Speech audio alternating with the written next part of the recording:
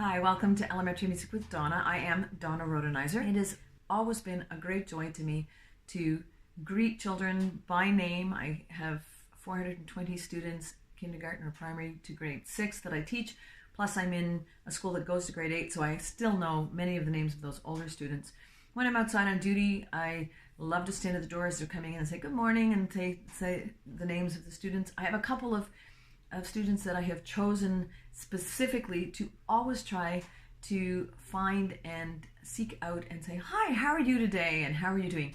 And these would be marginalized students that don't seem to have much peer support and who could probably use that positive connection with another human being. And especially if it's early morning duty, I think that might help start their day just a little bit on a positive note, and so that they know that somebody cares, that they're there at school.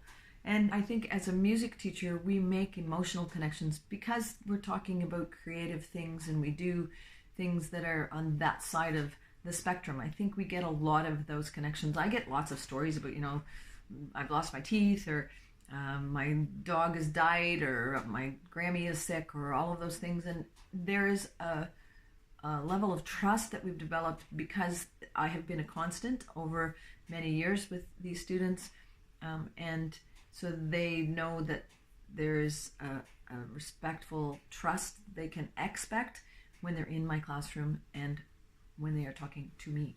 I had a student that I saw in the hall. This is a student that I have not taught now for 2 years. He is in grade 8. He had a banjo case with him, and I said, oh, is that a banjo? I love the banjo. Can I see your banjo? And he said, well, I'm on my way to class and I can't be late, but I'd drop by and show you sometime. How is that? And I said, that would be great. So sure enough, he shows up in my classroom, and we sat on the steps. My classroom's up on the stage. So we sat on the steps going into the music room, and he played for me and talked about the banjo. He talked about his love of Earl Scruggs. He talked about claw-hammered style. He talked about three-finger style. He talked about the fact that he has been watching videos and slowing them down to watch the fingers to learn how to play the banjo. Now, this is a student who, when he was coming to music class, did not participate. He was not interested in playing the recorder, the handbells, singing, moving, writing note names, nothing. And I do know that even now as a grade 8 student, there are many issues. He has been suspended several times, and there are issues with his academic subjects.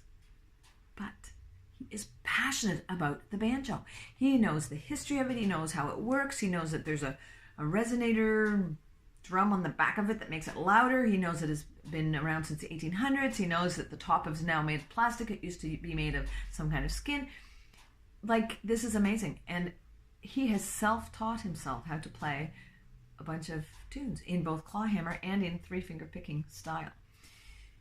So he felt comfortable enough to come and talk to me because he said, can I come and show you this piece of music? And my answer was, I would love to hear that. If I said, no, I'm too busy, he would just shut down and go away.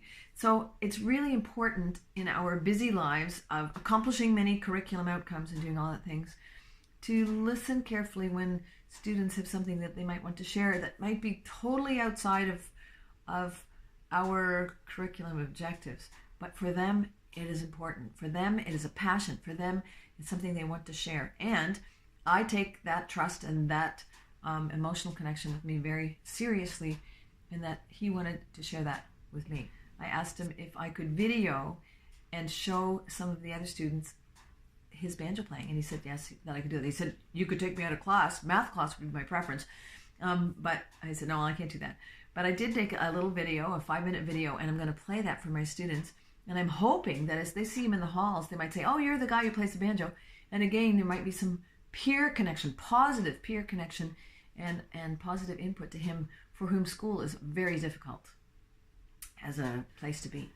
The second thing that I have been absolutely delighted with in the last 2 days is today I went to see the pre-primary students who are associated with our school. We are doing a concert at the end of May, and we've invited the pre-primaries to come and join us and do a little dance and a little song with us. And so I went to their space, and the first thing they saw me at the door, and 3 kids came over and threw their arms around me and said, oh, hi, music teacher, hi, music teacher.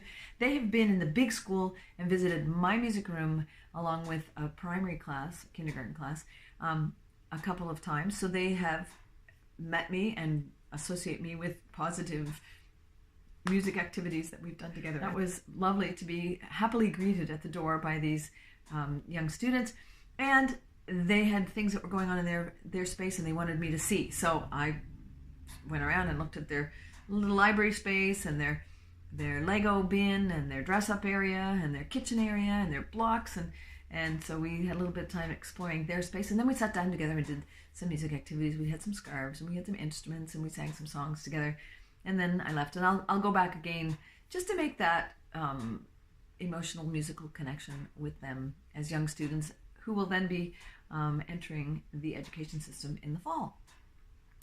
So it's very, very lovely to make those emotional connections with our students. It is a joyful part of the teaching profession when you know that students trust you and they want to tell you things. And it's a big responsibility, but it's amazing all at the same time. It is such a rewarding and gratifying part of my job as I work with children.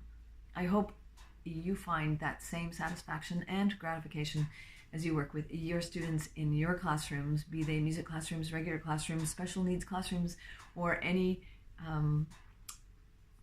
educational setting where you are dealing with young people. What a joy and what a privilege and what a responsibility. If you are so fortunate to have music as part of your teaching day, I hope you have had a great day making music and make music a great part of your day.